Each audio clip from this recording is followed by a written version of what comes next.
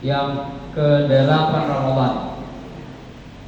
Mudah-mudahan 7 Ramadan yang kita sudah lewati dan seluruh rangkaian ibadahnya, baik sholat tarawih, sholat malam, bacaan Al-Quran, insyaallah diterima di sisi Allah Subhanahu wa Ta'ala. Selanjutnya mari kita kirimkan salawat dan salam kepada kekasih kita Muhammad sallallahu alaihi wasallam, Nabi yang mencontohkan kepada umatnya bagaimana beribadah secara baik kepada Allah, bagaimana beribadah secara benar kepada Allah Subhanahu wa Ta'ala. Sidang jamaah Aisyah tarawih yang saya muliakan, pada kesempatan yang berbahagia ini singkat saya untuk menyampaikan beberapa hal berkaitan dengan kehadiran kita di bulan suci Ramadan ini. Menjelang memasuki Ramadan, kita semua berdoa kepada Allah Subhanahu wa Ta'ala, Allahumma barik lana fi Rajab wa Sya'ban wa ballighna Ramadan. Ya Allah, berkahi saya di bulan Rajab ini, berkahi saya di bulan Sya'ban ini, dan pertemukan saya dengan Ramadan 1446 Hijriah 2025 Masehi. Maka doa kita itu terkabul kepada Allah Subhanahu wa Ta'ala. Namun tentu ada saudara-saudara kita, orang tua kita yang sudah mendahului kita tahun lalu bersama-sama kita di tempat ini, maka ini kita tidak bisa bersama-sama karena dipanggil oleh Allah Subhanahu wa Ta'ala. Penceramah sebelumnya tentu selalu mengulang-ulangi dasar kita melaksanakan puasa Ramadan, yaitu pada 185 surah Al-Baqarah Al-Quran berbunyi a'udzubillahi minasyaitonir rajim. Bismillahirrahmanirrahim. Ya ayyuhalladzina amanu kutiba alaikumus syiyam kama kutiba 'alal ladzina min qablikum la'allakum tattaqun. Kalau ada penjelasan malam ini yang berulang, mohon dimaafkan karena panitia tidak menyiapkan judul. Jadi apa itu ngaran baik ya umpau. Kalau sudah disampaikan kemarin, tidak apa terulang, karena itu memang harus diulangi hal-hal yang berkaitan dengan Ramadan ini. Saya bukan penceramah, saya bukan mubalik apalagi kiai. Hanya malam ini saya menyampaikan bahwa komandar pau macoa. Mudah-mudahan hadirin yang sama berbahagia. Allah berfirman bahwa yang dipanggil beribadah puasa Ramadan adalah orang beriman. Ya ayyuhalladzina amanu kutiba alaikumus syiyam. Bahkan sudah diperintahkan kepada umat-umat terdahulu. Adam juga sudah pernah dipuasakan oleh Allah Subhanahu wa Ta'ala. Wa kunna adama uskun anta wa zawjukal jannah. Ketika Allah Subhanahu menyampaikan kepada anak Adam, hiduplah kamu bersama istrimu di surga dan makanlah semaunya apa yang engkau mau. Wala taqraba hadhihi syajarah. Tetapi jangan dekati pohon itu yang kita kenal dengan buah kurdi. Artinya Adam diperintah Allah untuk melakukan puasa. Nabi Musa juga melakukan puasa selama 40 hari. Nabi Daud juga puasa 1 hari puasa, 1 kali berbuka, dan itu berjalan sepanjang tahun. Dan sering kita kenal. Sidang jamaah yang dirahmati Allah Subhanahu wa Ta'ala, kalau kita cermati kehidupan binatang, maka hewan juga melakukan puasa sesungguhnya. Hewan juga melakukan puasa. Kita bisa lihat ayam. Ayam itu ketika mengerangi telurnya, untuk mendapatkan telurnya itu menetas, maka ayam itu rela tidak makan, tidak minum, tidak turun untuk mencari makan itu hanya untuk melangsungkan kehidupannya. Bacaan lainnya andai mengerangi ayam Pak, andan tertalu. Walaupun sekarang ini sudah banyak mesin-mesin, tapi andai ayam bertelur maka tidak ada telur. Tidak jamaah nama Allah Subhanahu wa taala, binatang yang lain, ular juga melakukan puasa. Ular itu mengganti kulitnya.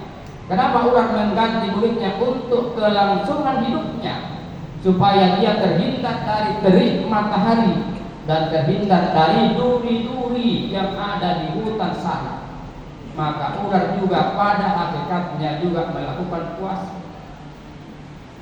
Ulat-ulat juga melakukan puasa. Sebelum ulat itu menjadi kepompong, menjadi kupu-kupu yang terbang ke sana kemari untuk mencari saripati bunga, maka ulat ini juga rela untuk tidak makan dalam beberapa hari.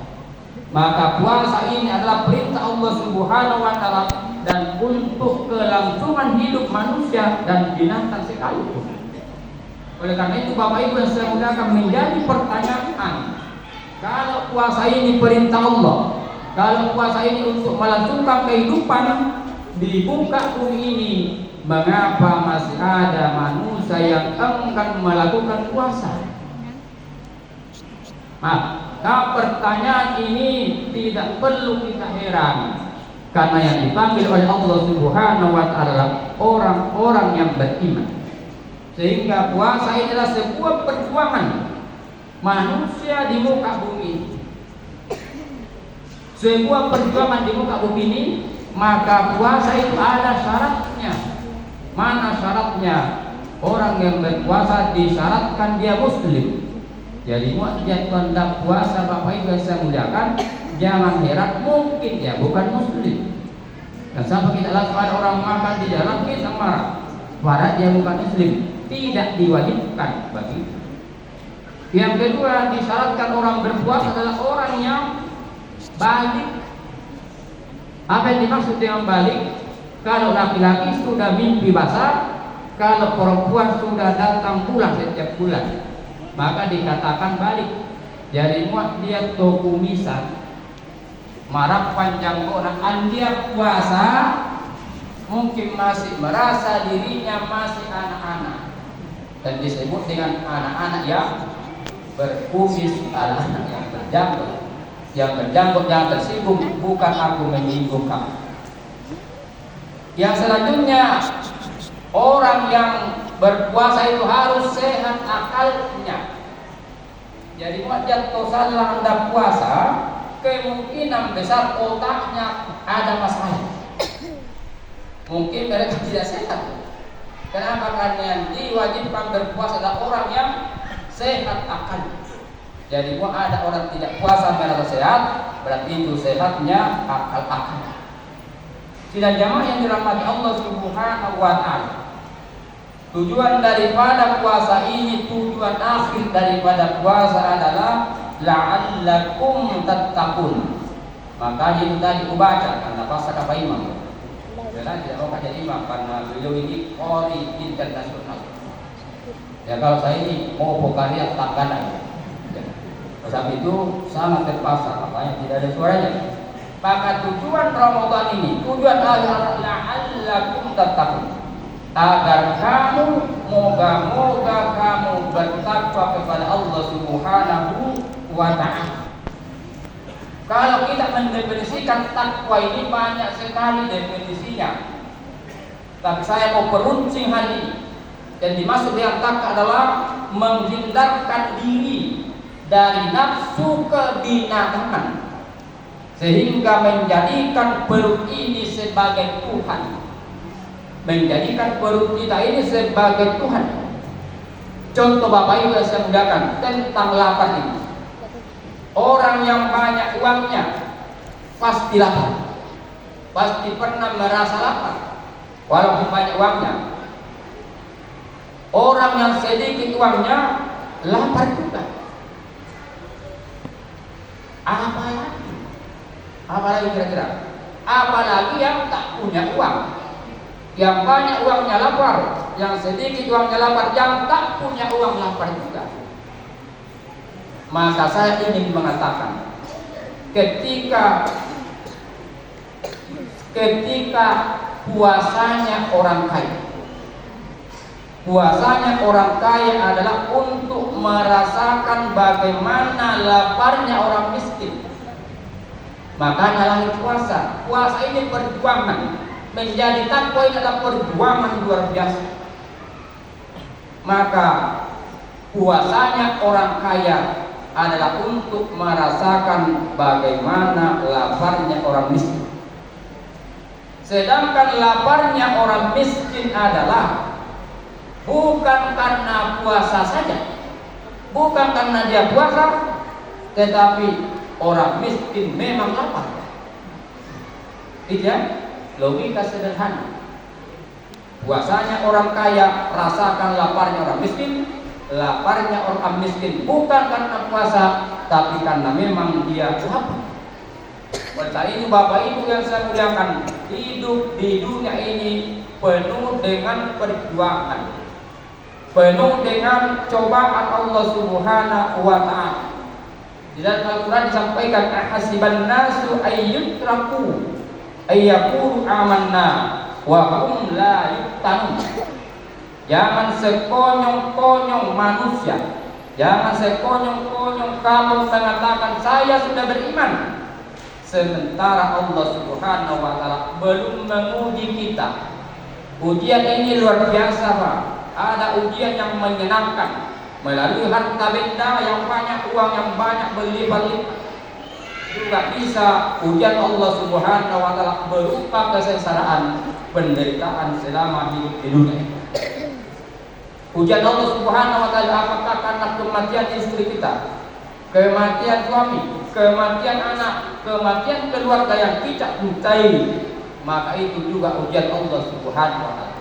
Mana kesempatan yang berbahagia di bulan Ramadan ini, para keluarga kita yang telah mendahului, mari kita doakan mereka.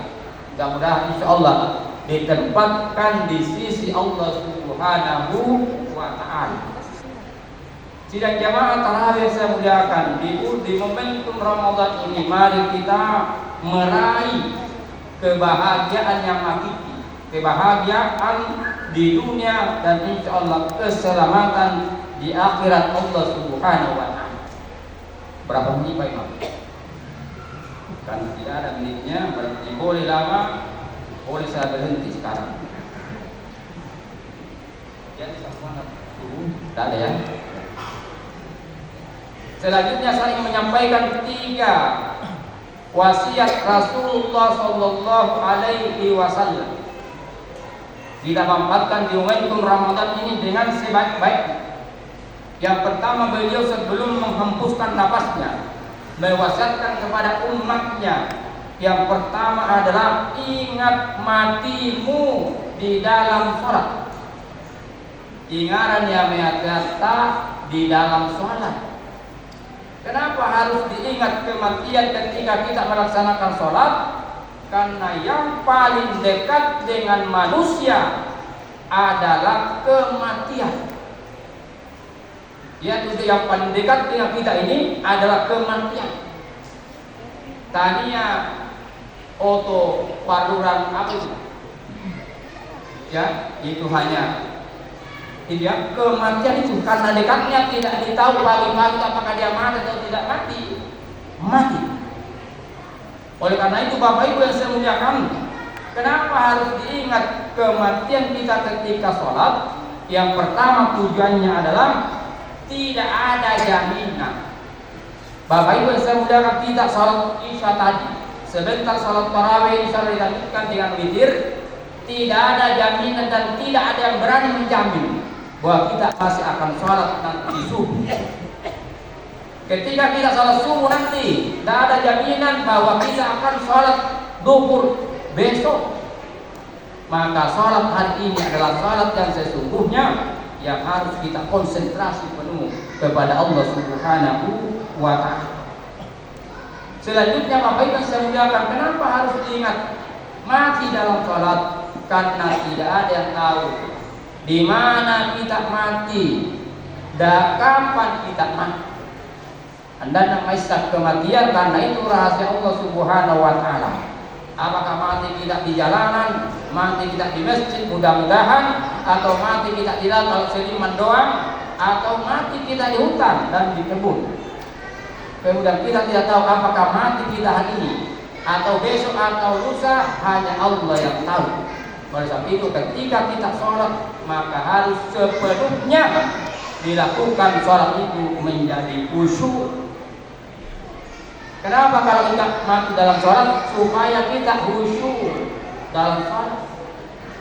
Oleh sebab itu Muhammad sampai tahu Bapak Ibu yang saya muliakan perlu diperhatikan. Muhammad sampai tahu bergerak satu kali menurut guru kita, maka sholat kita itu makruh. Muhammad sampai tahu bergerak satu kali tanpa ada sebabnya. Makanya Muhammad sampai pandoi tahu kepada teman kau. Ya, roros yang melorosi kepada teman kau. Ya, karena bergerak satu kali itu makruh hukumnya. Kalau bergerak 3 kali tidak ada sebabnya, batal sholat kita. Batal sholat kita. Makanya goyang. Tetapi di dalam sholat saya ingin menyampaikan ada sunnah. Dan itu disunnahkan bergerak, ayat wajib. Ada juga disunnahkan bergerak dalam sholat. Waktu kita sholat tadi saya bilang luruskan shaf dan rapatkan. Jadi ketika rakaat pertama kita lurus, kita turun kemudian pasti kembali berdiri dalam posisi tidak lurus, maka disunnahkan bergerak untuk meluruskan. Bertanya orang di rumah-rumah, apa yang dimaksud, bagaimana itu shaf itu lurus? Maka saya bilang shaf itu lurus yang diukur adalah kakinya kita. Kaki kita. Tanya Arif. Karena tuh Arif diukur Pak. Apa yang Arif nakaya? Ya kira-kira dengan perut saya yang perutnya orang besar. Kalau ukurnya perut diukur, maka kaki pasti tidak sejajar. Jadi ukurannya itu adalah sejajar. Selanjutnya di dalam sholat ada bahkan diwajibkan bergerak. Dia tuh diwajibkan bergerak ketika sholat kita. Mana posisi sholat itu diwajibkan bergerak? Muarak dan dipa. Kalau sarung jatuh, sarungnya laki-laki jatuh, maka diwajibkan bergerak di pungut Pak. Yang dikhawatirkan itu ruku tahu. Apalagi sebenarnya dianjurkan itu sholat tidak pakai celana dalam. Dia Pak Imam dianjurkan, sunnahnya dianjurkan tidak pakai celana dalam. Karena celana dalam itu tidak ada jaminan karena selalu dipakai genji. Ya, makanya dianjurkan tidak menggunakan celana dalam. Kira-kira mau melipat Anda dipungut ketika kita ruku, bayangkanlah apa yang terjadi. Bapak Ibu dan saya kemudian kemudian sholat ini Bapak Ibu yang saya muliakan, campur kami cepat. Kemudian sholat ini khusus sholat karena apa yang datang matanya sholat.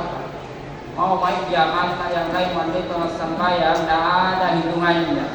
Karena sholat imanuddin, sholat itu tiap agama. Banyak ibadah tapi tidak sholat, tidak direken, tidak dihitung oleh Allah Subhanahu wa taala. Maka Allah Subhanahu wa taala menugaskan malaikatnya di siang hari dan di malam hari. Allah menurunkan malaikatnya di siang hari ketika hambanya melaksanakan sholat zuhur dan sholat asar. Jadi Mas sampai Bapak Ibu yang saya muliakan, di siang hari di sholat zuhur dan di sholat asar, maka kita dikelilingi, dijaga oleh malaikat Allah Subhanahu wa taala. Makanya Mas sampai tahu di masjid motomane Ya, hukuman tulisnya kalau ada yang merasa dia laki-laki berarti tidak di masjid. Yang kedua, Allah Subhanahu wa taala menurunkan malaikatnya di malam hari menjaga kita ketika melaksanakan salat maghrib, salat isya, salat tarawih dan salat witir, maka malaikat itu menjaga kita. Maka malaikat di siang hari kembali ke atas, malaikat yang bertugas di malam hari turun ke bawah.